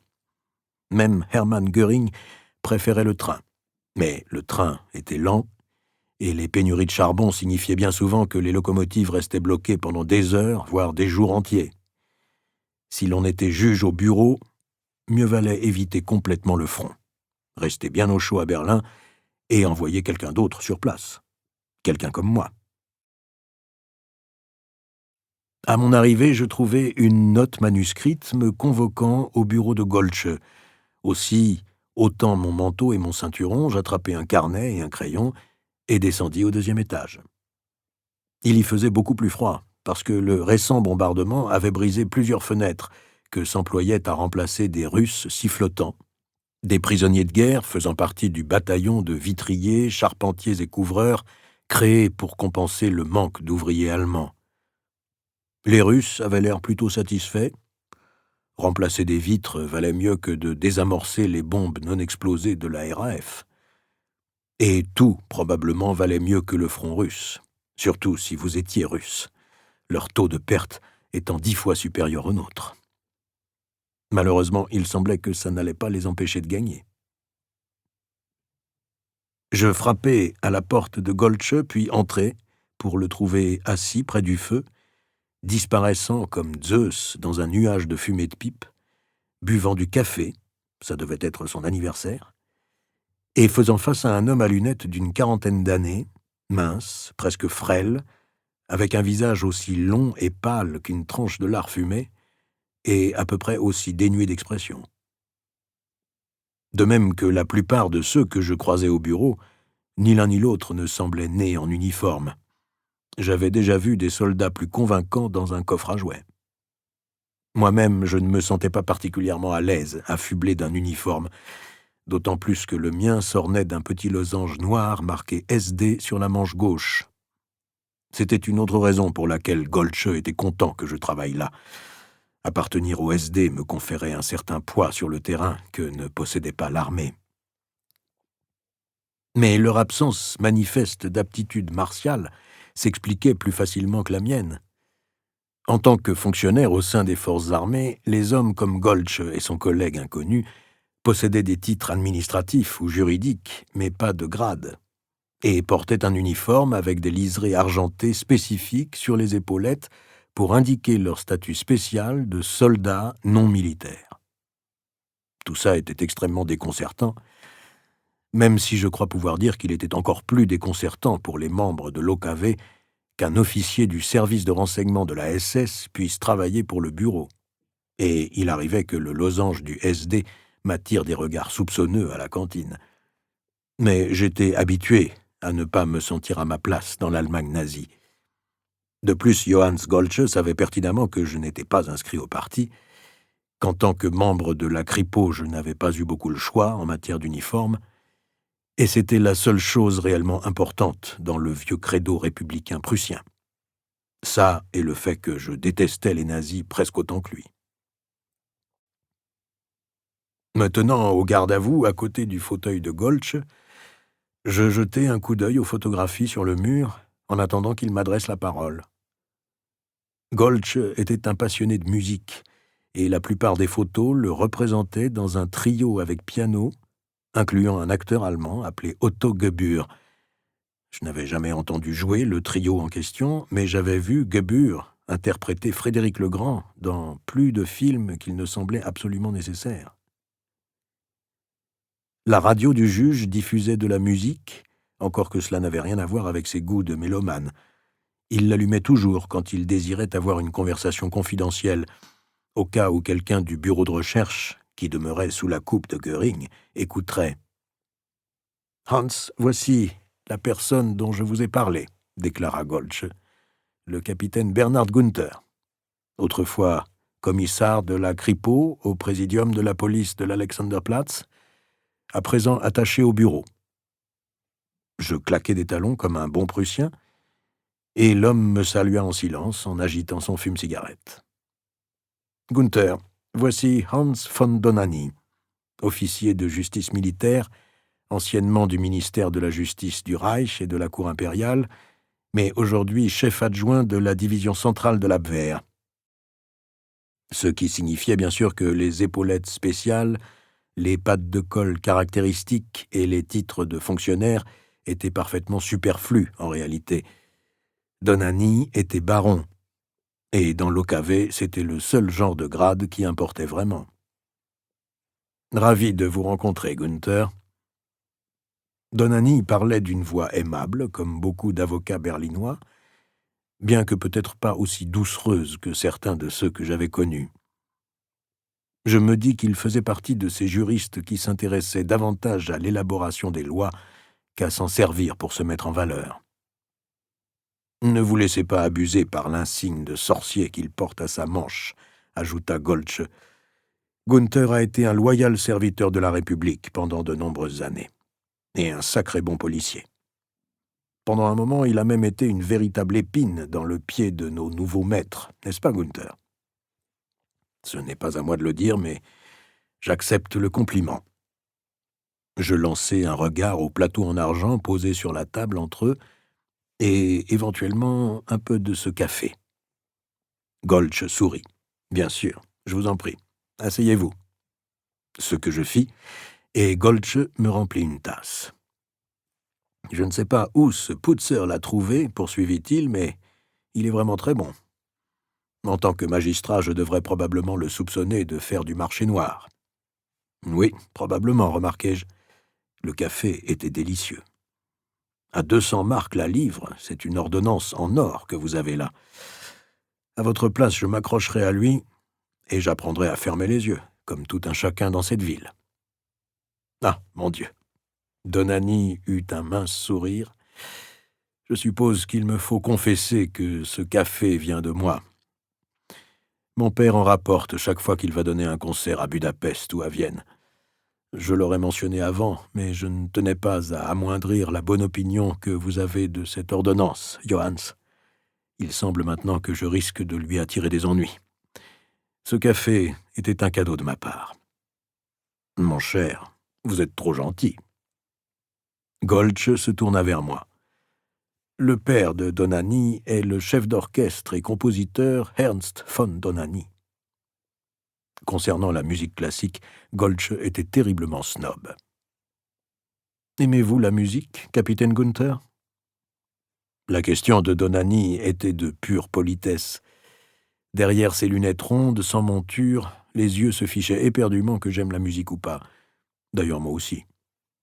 En l'absence de von devant mon nom, je n'étais assurément pas aussi scrupuleux que lui, s'agissant de ce que j'utilisais pour me remplir les oreilles. J'aime bien une bonne mélodie, si elle est chantée par une jolie fille nantie d'une solide paire de poumons, surtout quand les paroles sont vulgaires et les poumons véritablement remarquables. Et je suis incapable de distinguer un arpège d'un archipel. Mais la vie est trop courte pour du Wagner. Ça, au moins, je le sais. Goltz sourit avec enthousiasme. Il semblait toujours tirer du plaisir par procuration de mon franc-parler, et je n'hésitais pas à en profiter. « Que savez-vous d'autre » s'informa-t-il.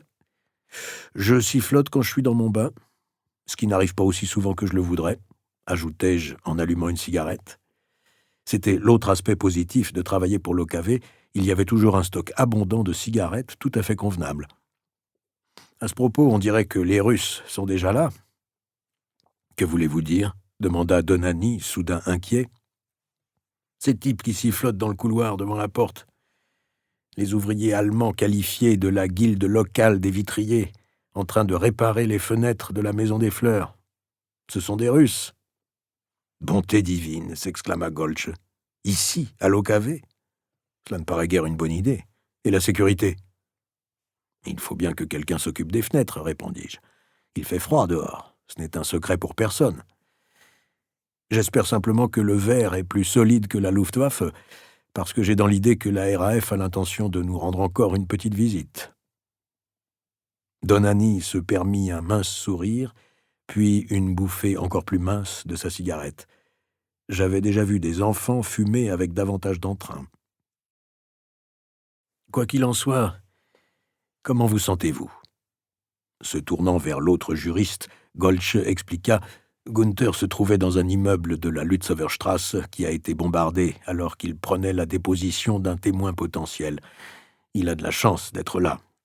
C'est bien mon avis. Je me donnai une tape sur le thorax et je vais beaucoup mieux, je vous remercie. Apte au travail ? La poitrine me serre encore un peu. À part ça, tout fonctionne de nouveau, plus ou moins normalement. Et le témoin, Herr Meyer. Il est en vie, mais j'ai bien peur que les seules preuves qu'il puisse fournir dans un avenir prévisible, ce soit au tribunal céleste. « Vous l'avez vu » demanda Donany. « À l'hôpital juif ?»« Oui, le pauvre vieux. Son cerveau semble avoir en bonne partie disparu. Non que ce genre de choses se remarque beaucoup de nos jours, mais il ne nous est plus d'aucune utilité, je le crains. »« Dommage, » dit Goltz. Il allait être un témoin important dans un dossier que nous préparions contre la Royal Navy, précisa-t-il à l'intention de Donany. La marine britannique pense pouvoir se livrer à des assassinats en toute impunité, contrairement à la marine américaine, qui reconnaît tous nos navires hôpitaux. La Royal Navy ne reconnaît que ceux qui sont de gros et non de faible tonnage. Parce que ces derniers recueillent nos pilotes et membres d'équipage indemnes, demanda Donany. Exact. Il est tout à fait regrettable que cette affaire s'effondre avant même d'avoir commencé. D'un autre côté, cela nous simplifie quelque peu la vie, à défaut de la rendre plus agréable. Goebbels souhaitait faire passer Franz Meyer à la radio, ce qui aurait été tout à fait inapproprié. Il n'y a pas que le ministère de la propagande qui s'intéresse à Franz Meyer, dis-je. La Gestapo est venue me voir pendant que j'étais à l'hôpital et m'a posé des questions sur lui. « Vraiment ?» murmura Donani. « Quelle sorte de questions ?» demanda Goltz. Je haussai les épaules. Qui étaient ses amis, ce genre de choses. Ils avaient l'air de penser que Meyer était impliqué dans une sorte de trafic de devises destiné à convaincre les Suisses d'offrir l'asile à un groupe de Juifs. Goltz semblait perplexe. De l'argent contre des réfugiés, ajoutai-je. Vous savez combien les Suisses sont généreux. Ils font tout ce délicieux chocolat blanc rien que pour enrober le mensonge qu'ils sont bons et pacifiques. Ce qu'ils ne sont pas, bien sûr. Ils ne l'ont jamais été. L'armée allemande elle-même avait l'habitude de recruter des mercenaires suisses. Les Italiens appelaient ça une sale guerre quand des piquiers suisses y participaient, parce qu'ils avaient une façon tellement brutale de se battre. « Que lui avez-vous dit ?» demanda Goltz. « À la Gestapo ?»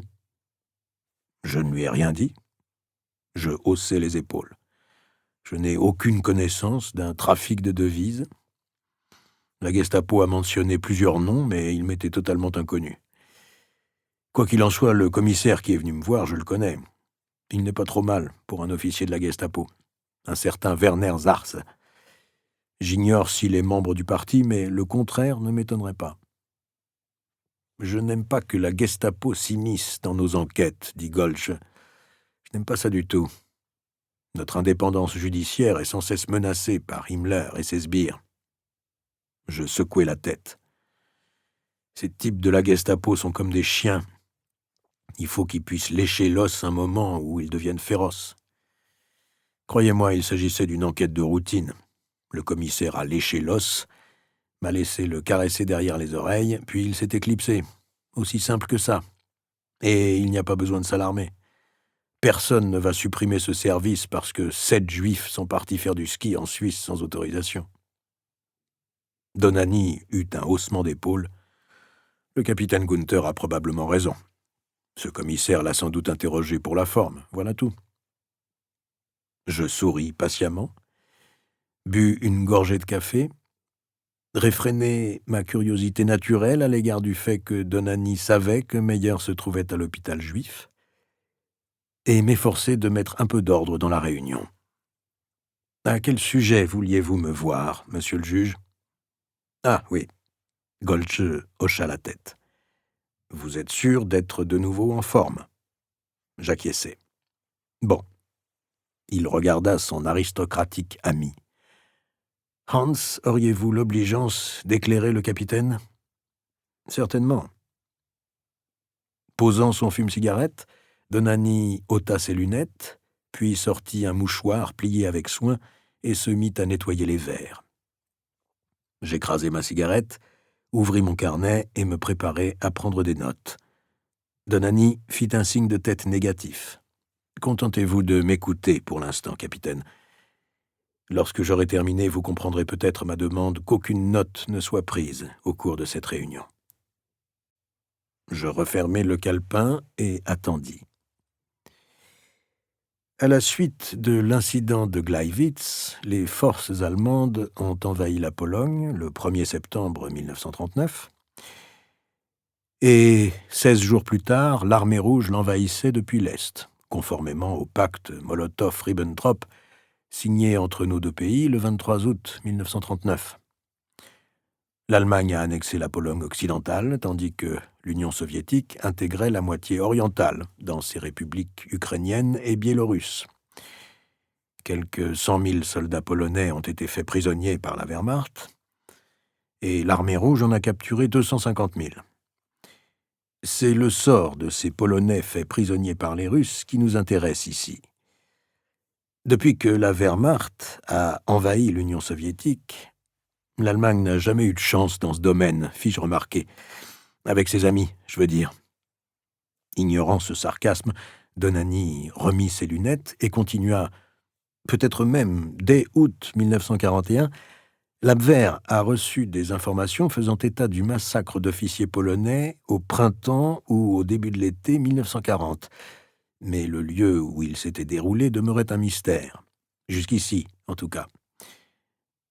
Un régiment de transmission, le 537e, commandé par un certain lieutenant-colonel Friedrich Ahrens, est stationné à un endroit appelé Gniezdovo, près de Smolensk.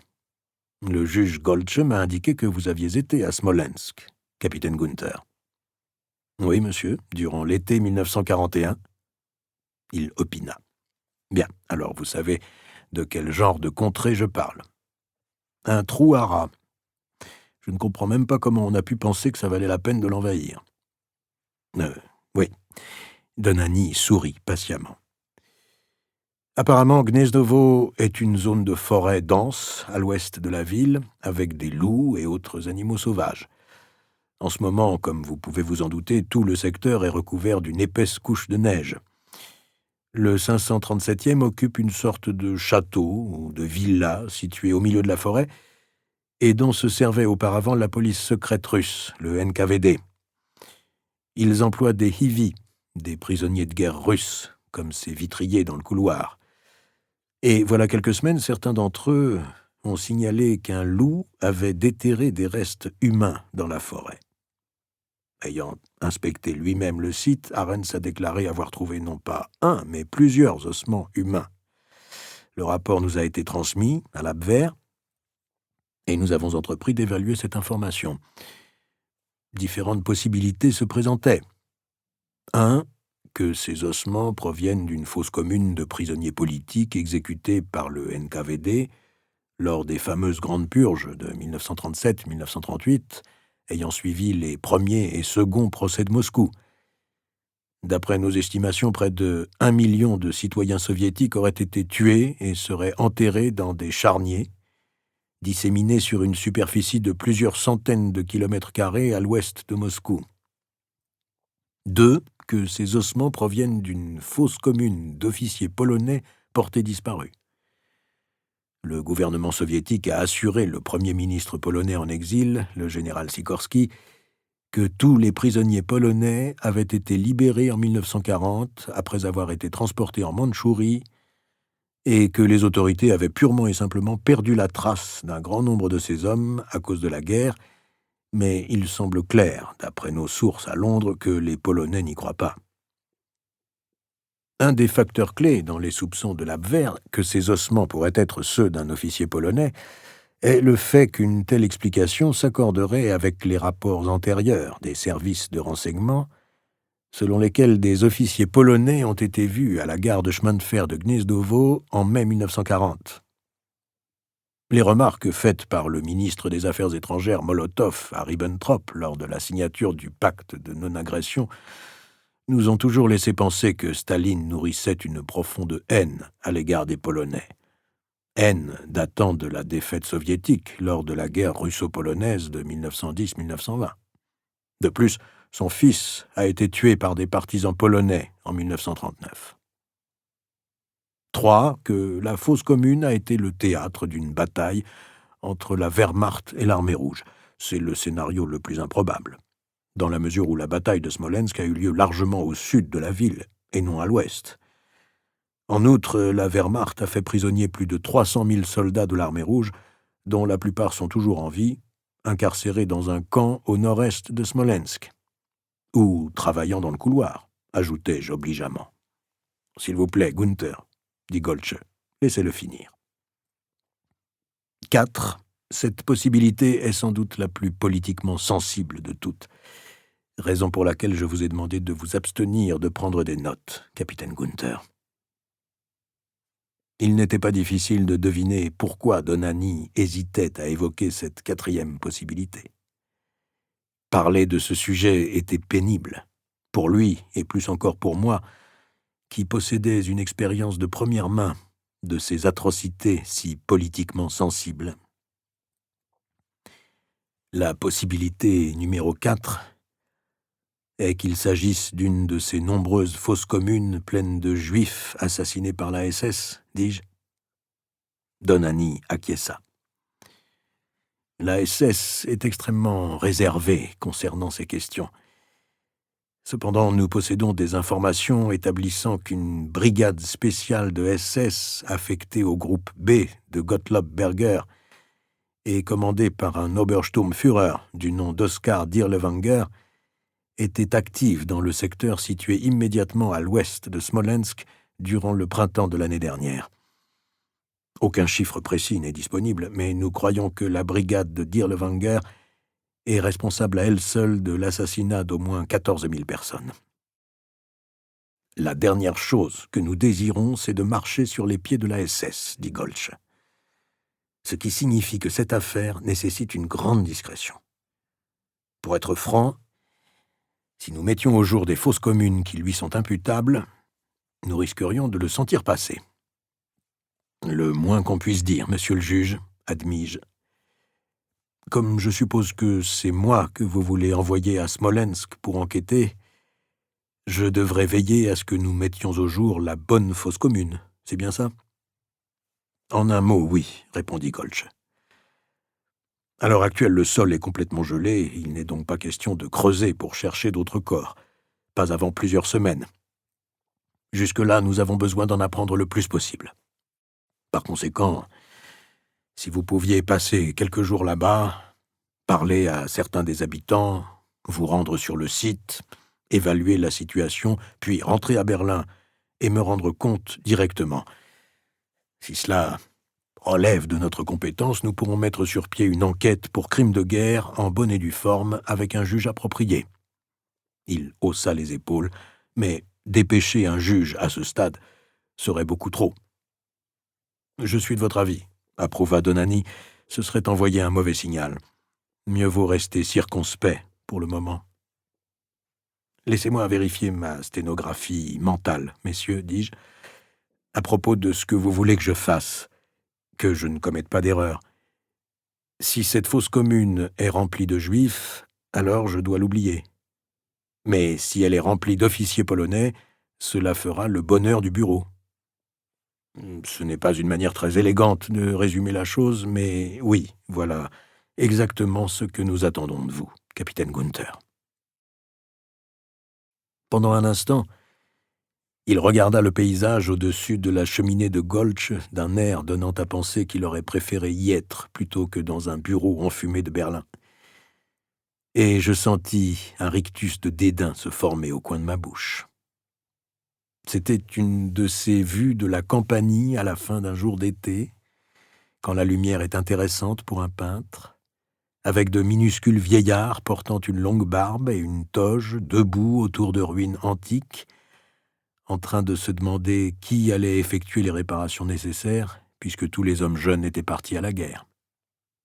Ils n'avaient pas de prisonniers russes pour arranger leurs fenêtres à cette époque arcadienne. Mon dédain se changea en un total mépris pour sa sensibilité délicate. « Oh, mais ce ne sera pas élégant, messieurs, dis-je, je peux vous le garantir. Certainement moins élégant que dans ce tableau. Smolensk n'a rien d'un semi-paradis bucolique. C'est une ruine, certes, mais parce que nos chars et notre artillerie l'ont mise dans cet état. Une ruine grouillant d'êtres humains en proie à une peur hideuse et qui essayait simplement de survivre quand la Wehrmacht a soudain débarqué en exigeant d'être nourrie et abreuvée à l'œil. Zeus ne séduira pas Io, ce sera un Fritz tentant de violer une jeune paysanne misérable. Et à Smolensk, le joli paysage n'est pas enveloppé par la chaude lumière du soleil italien, mais par le permafrost. Non, ce ne sera pas élégant. Et croyez-moi, un cadavre ayant séjourné dans le sol n'a rien d'élégant. C'est même étonnant à quel point ce genre de choses peut se révéler indélicat et vite devenir extrêmement déplaisant, en fait. Il y a l'odeur, par exemple. Les cadavres ont la fâcheuse habitude de se décomposer quand ils sont restés dans la terre un certain temps. Allumant une autre cigarette, je me délectais de leur embarras mutuel. Il y eut un long silence. Donani paraissait nerveux, plus nerveux que ne le laissait supposer ce qu'il venait de me dire.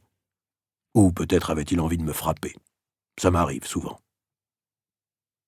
Mais je suis d'accord avec vous, ajoutai-je plus aimablement cette fois, à propos de la SS. Nous ne voulons surtout pas la contrarier, n'est-ce pas? Et croyez-moi, je sais de quoi je parle, je l'ai déjà fait, aussi suis-je également soucieux de ne pas recommencer. Il y a une 5e possibilité, déclara Golch. C'est pourquoi je préférerais avoir un véritable enquêteur sur place. Laquelle? J'aimerais que vous vous assuriez que toute cette histoire n'est pas un abominable mensonge inventé de toutes pièces par le ministère de la Propagande. Que ce cadavre n'a pas été planté là à dessein pour se jouer d'abord de nous et ensuite de la presse du monde entier comme d'un piano de concert. Car, ne vous y trompez pas, messieurs, c'est exactement ce qui se passera, si cela ne se révèle pas être l'anneau du Nibelung. J'acquiesçai. D'accord. Mais vous oubliez sûrement une 6e possibilité. Donani fronça les sourcils. À savoir qu'il s'agisse effectivement d'une fosse commune, mais remplie d'officiers polonais tués par l'armée allemande. Donani secoua la tête. Impossible. Vraiment? Je ne vois pas comment votre seconde possibilité pourrait seulement exister sans que cette 6e hypothèse existe également. C'est vrai d'un point de vue logique, mais il reste que l'armée allemande n'assassine pas les prisonniers de guerre. Je souris. Ah, alors tout va bien. Pardonnez-moi d'en avoir fait mention. Donani rougit légèrement. On ne s'attire pas beaucoup de sarcasme dans les salles de concert ou à la cour impériale, et je doutais qu'il eût parlé à un vrai policier depuis 1928, lorsque, comme tous les aristocrates, il avait demandé un permis de port d'armes afin de pouvoir tirer sur les sangliers et un ou deux bolcheviks. En outre, continua-t-il, cette partie de la Russie ne se trouve entre nos mains que depuis septembre 1941. Il y a ça, et le fait que les Polonais qui étaient prisonniers de l'Allemagne et ceux qui étaient prisonniers de l'Union soviétique figurent dans les archives militaires.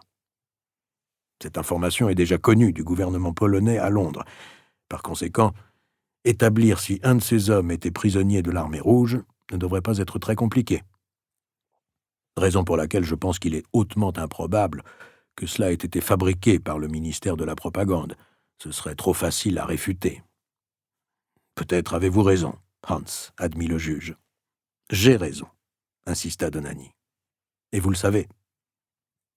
Néanmoins, fit valoir le juge, je tiens à en avoir le cœur net. Et le plus vite possible. Eh bien, voulez-vous vous en charger, Gunther? Voulez-vous aller là-bas, voir ce que vous pouvez dénicher? Je n'étais guère enclin à retourner à Smolensk, ni nulle part en Russie d'ailleurs. Le pays tout entier me remplissait d'un mélange de peur et de honte, car il ne faisait aucun doute que, quels que soient les crimes que l'armée rouge avait commis au nom du communisme.